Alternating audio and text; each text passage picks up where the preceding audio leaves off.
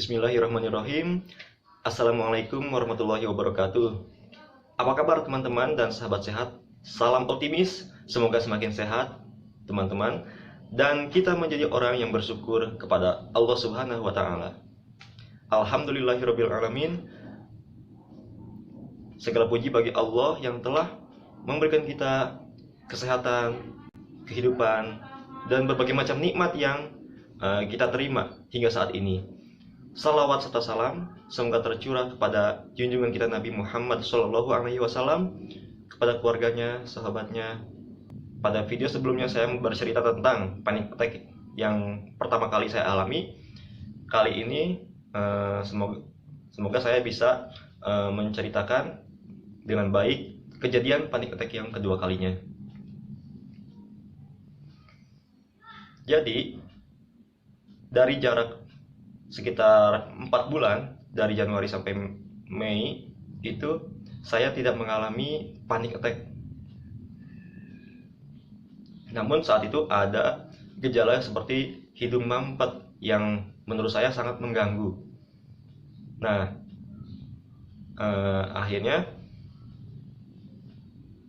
dari hidung mampet itu saya menduga saya mengalami polip, yang mana jika polip ini akan menutup jalan nafas kita di hidung bila sedang meradang atau membengkak. Nah, sebelum ke pemeriksaan hidung, saya juga sebelumnya ada rasa sakit pada jari-jari tangan. Nah, ini menyebabkan agak susah untuk menekuk seperti ini atau menggerakkan jari, itu agak sakit lah. Itu berlangsung sudah beberapa minggu. Nah, saya akhirnya cek ke dokter. Dokter menduga itu adalah radang pada jari. Mungkin karena saya jarang menggunakan sarung tangan yang tertutup. Sarung tangannya adalah sarung tangan terbuka. Jadi saat menggunakan motor, sebaiknya menggunakan sarung tangan yang tertutup agar lebih hangat jari ini. Nah, dokter yang memeriksa tangan waktu itu memberikan resep obat radang, obat nyeri, apalagi saya lupa. Nah, itu saya konsumsi. Kemudian tidak berapa lama dari hari itu, saya merasa hidung mampet ini semakin menjadi-jadi, makin sering. Akhirnya saya cek ke dokter THT. Nah, di dokter THT menemukan bahwa saya itu salah satu hidungnya ada alergi. Kemudian yang hidung satunya lagi tidak ada alergi. Di situ juga saat menunggu dokter, waktu itu menunggu dokter THT untuk ke ruangannya, hidung mampetnya itu kembali seperti kambuh, kemudian ada seperti perasaan kekurangan oksigen di kepala dan seperti mau pingsan. Nah, seperti mau pingsan ini yang menurut saya sangat tidak mengenakan ya bagi saya waktu itu. Jadi kalau dugaan saya sekarang ini, mengapa saya waktu itu mengalami panic attack, dimulai dari rentetan sakit di jari, kemudian hidungnya mampet. Saya banyak mencari informasi tentang penyebab hidung mampet, akhirnya menemukan dugaan saya mungkin polip, yang polip ini sembuhnya juga agak susah ya. Mungkin yang saya pikir, aduh gimana nih, saya kena polip, waduh kalau nggak bisa sembuh nanti harus operasi. Nah, di situ saya makin takut saja ya.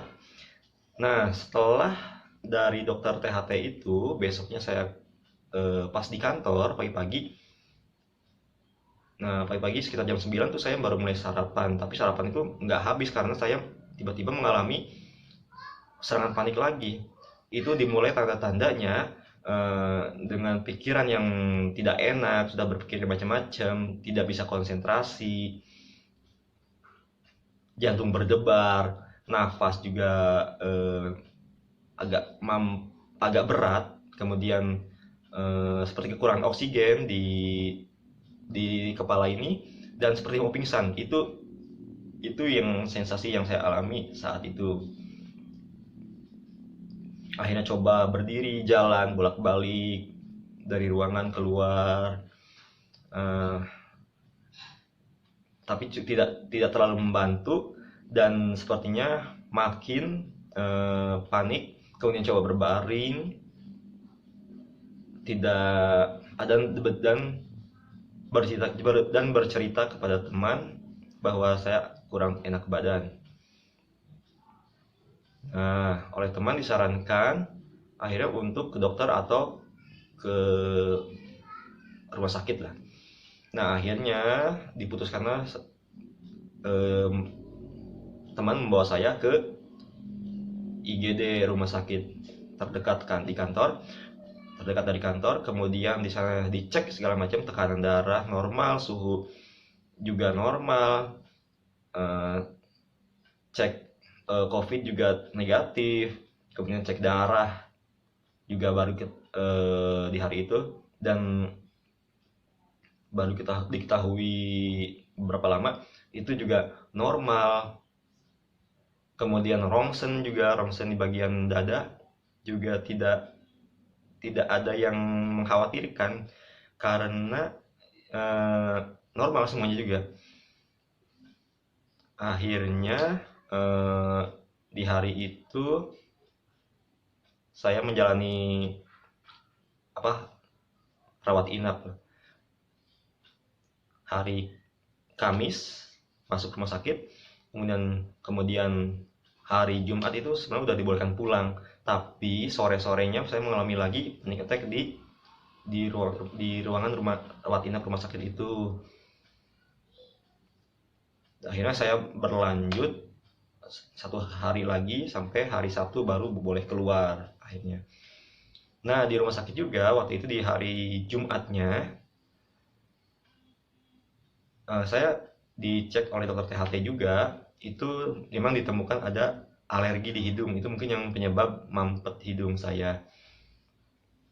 Kemudian di hidung satunya pun ada seperti tulang rawannya yang agak bengkok, sehingga itu pun memperbesar kemungkinan mampet hidung jika saya mengalami flu atau pilek sedikit saja itu langsung mampet, katanya seperti itu. Dan saya juga bercerita bahwa selain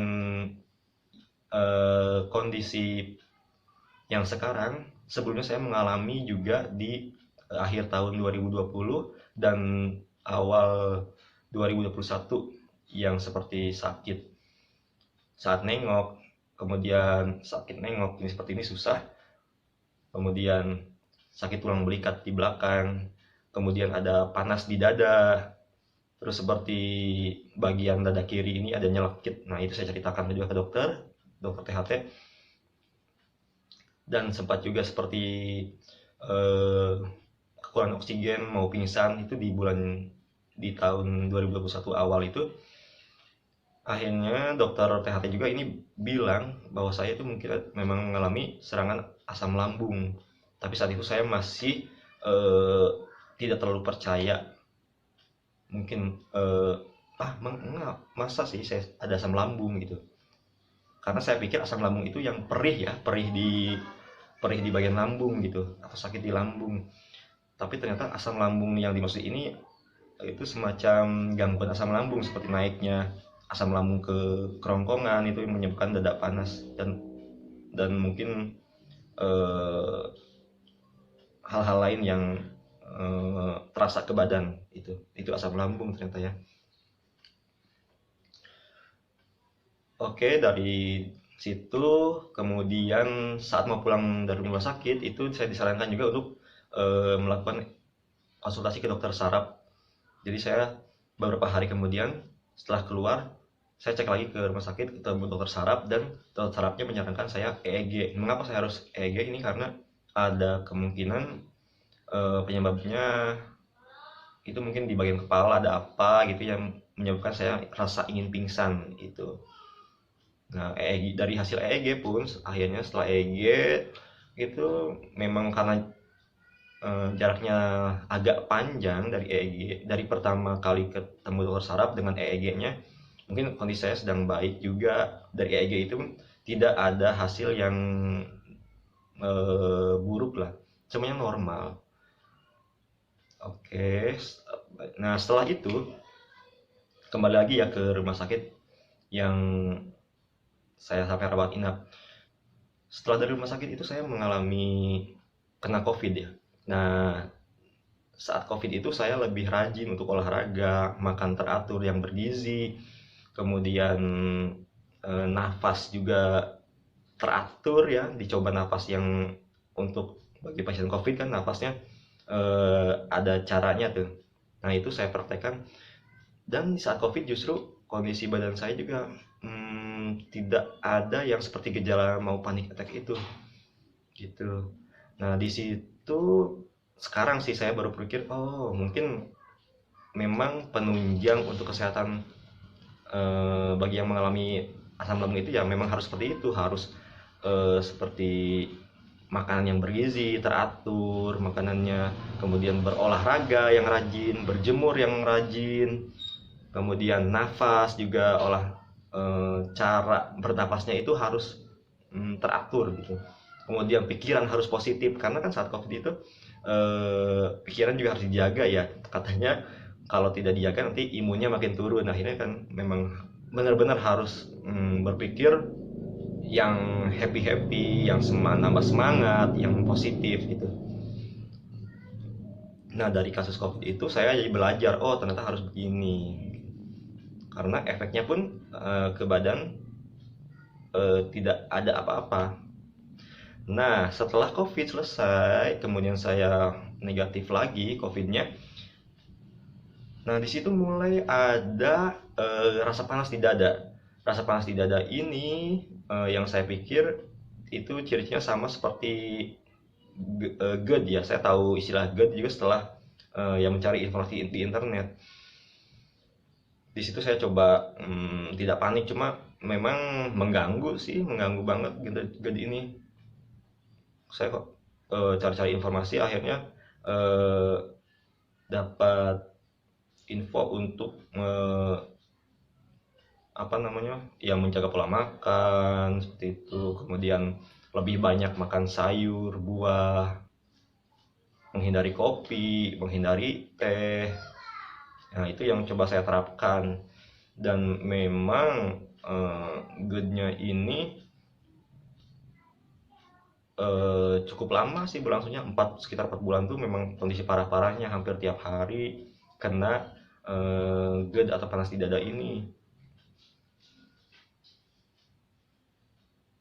Nah, oke. Jadi melebar ya ceritanya. Maaf. Jadi tadi tentang panic attack yang kedua. Nah, panic attack kedua itu kita kembali lagi. Saya akhirnya melalui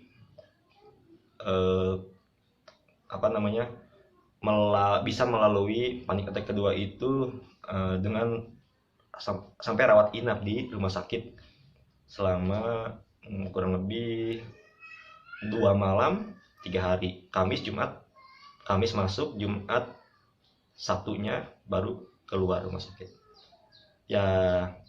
Oke, jadi kesimpulan untuk kejadian panic attack yang kedua ini, saya banyak mengambil hikmah ini pun baru saya sadari sekarang ini.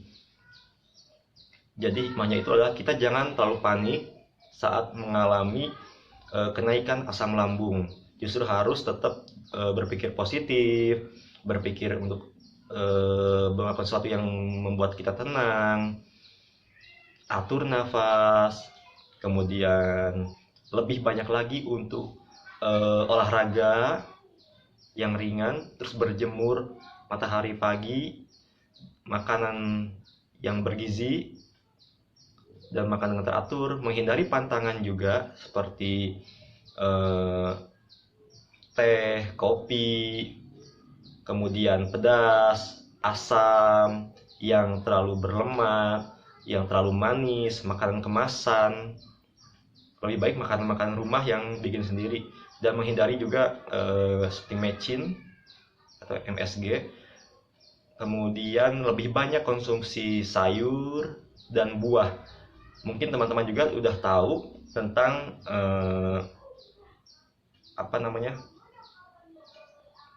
jadi dalam satu piring itu harus benar-benar dibagi rata, dibagi dua gitu. Itu ada karbo, ada protein, kemudian ada sayur dan buahnya. Itu ada porsinya. Nanti teman-teman bisa lihat sendiri mungkin di internet atau di situsnya Kementerian Kesehatan, bisa dilihat ya, untuk porsi makanan yang seimbang itu seperti apa. Itu yang kita harus terapkan juga. Kemudian kita juga harus istirahat yang cukup dan mengatur pola hidup yang sebaik-baiknya, yang seimbang ya. Dan tidak lupa untuk berdoa, beribadah, agar kita semakin mendekatkan diri kepada Allah, semakin tenang, dan hormon-hormon yang membuat kita tenang itu keluar. Jadi kita tidak cepat panik. Oke, sekian dulu untuk share pengalaman. Nah, jadi yang saya alami ini untuk kejadian panik attack yang kedua kalinya ini, saya menyimpulkan, dan ini kesimpulannya mungkin baru sekarang ini saya bisa dapatkan ya, kesimpulan untuk diri saya sendiri. Jadi saat mengalami panic attack itu kita jangan panik, tapi memang kalau saat mengalami kita nggak terpikir ya untuk melakukan apa, tapi dicoba aja terus, berlatih. Jadi saat mengalami kondisi panik attack itu tetap nafas dicoba teratur, menghirup nafas dengan hitungan 4 hitungan, kemudian tahan nafas 7 hitungan, dan menghembuskan nafas dengan 8 hitungan. Kemudian pikiran juga diusahakan tetap positif, tenang, jangan makin panik. Itu akan lebih merilekkan kita. Jadi serangan panik attack-nya nanti akan berangsur-angsur mereda biasanya. Kemudian berjemur, itu juga harus kita lakukan, berjemur di matahari. Kemudian olahraga ringan seperti jalan kaki, peregangan, itu juga harus rutin kita lakukan. Kalau bisa tiap hari selama 30 menit, nah itu insya Allah akan membuat kita lebih sehat, dan tubuh kita lebih mengeluarkan banyak hormon-hormon yang menenangkan. Kemudian juga dengan makanan yang bergizi secara teratur, menghindari pantangan seperti kopi, teh, kemudian pedas, asam, yang terlalu banyak berlemak, yang manis-manis, makan kemasan, yang MSG, fast food, itu junk food. Itu mungkin sementara kita hindari dulu sampai benar-benar kita sembuh.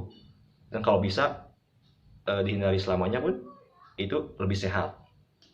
Kemudian memperbanyak juga makan sayur, buah dengan porsi yang seimbang, seperti anjuran dari Kementerian Kesehatan juga saat ini. Dalam satu piring itu harus benar-benar seimbang antara karbonya, kemudian proteinnya, sayur dan buahnya juga. Dan jangan lupa minum air putih sebanyak 8 gelas minimal ya, minimal 8 gelas sehari. Itu yang mungkin bisa saya simpulkan saat ini untuk maintain agar kondisi kita tetap bisa rileks saat mengalami panic attack atau mengalami kenaikan asam lambung, saat napas sesak. Nah, kita bisa tetap rileks sehingga berangsur-angsur nanti membaik. Nah, sekian dulu mungkin untuk kali ini video tentang serangan panic attack saya yang kedua kalinya. Semoga teman-teman tetap sehat, bisa mengambil pelajaran dari yang saya alami, tetap optimis, karena dengan optimis pikiran kita menjadi lebih tenang, yakin. Oh ya, dan satu lagi tentu kita harus yakin kepada Allah, kemudian banyak beribadah dan membaca Al-Quran. Dan ini insya Allah dengan menjalankan hal-hal tersebut membuat kita juga makin tenang, makin berserah diri kepada Allah. Jadi tidak mudah mengalami serangan panik dan batin kita jadi sehat ya. Baik, terima kasih atas atensinya dari teman-teman semua. Sekian pengalaman saya kali ini, semoga tetap sehat dan tetap semangat ya. Bagi yang sedang sakit juga, bagi yang sedang mengalami gangguan, semoga kembali disehatkan. Oke, mohon maaf jika video terlalu panjang. Saya cukupkan sekian dan saya ucapkan terima kasih. Assalamualaikum warahmatullahi wabarakatuh.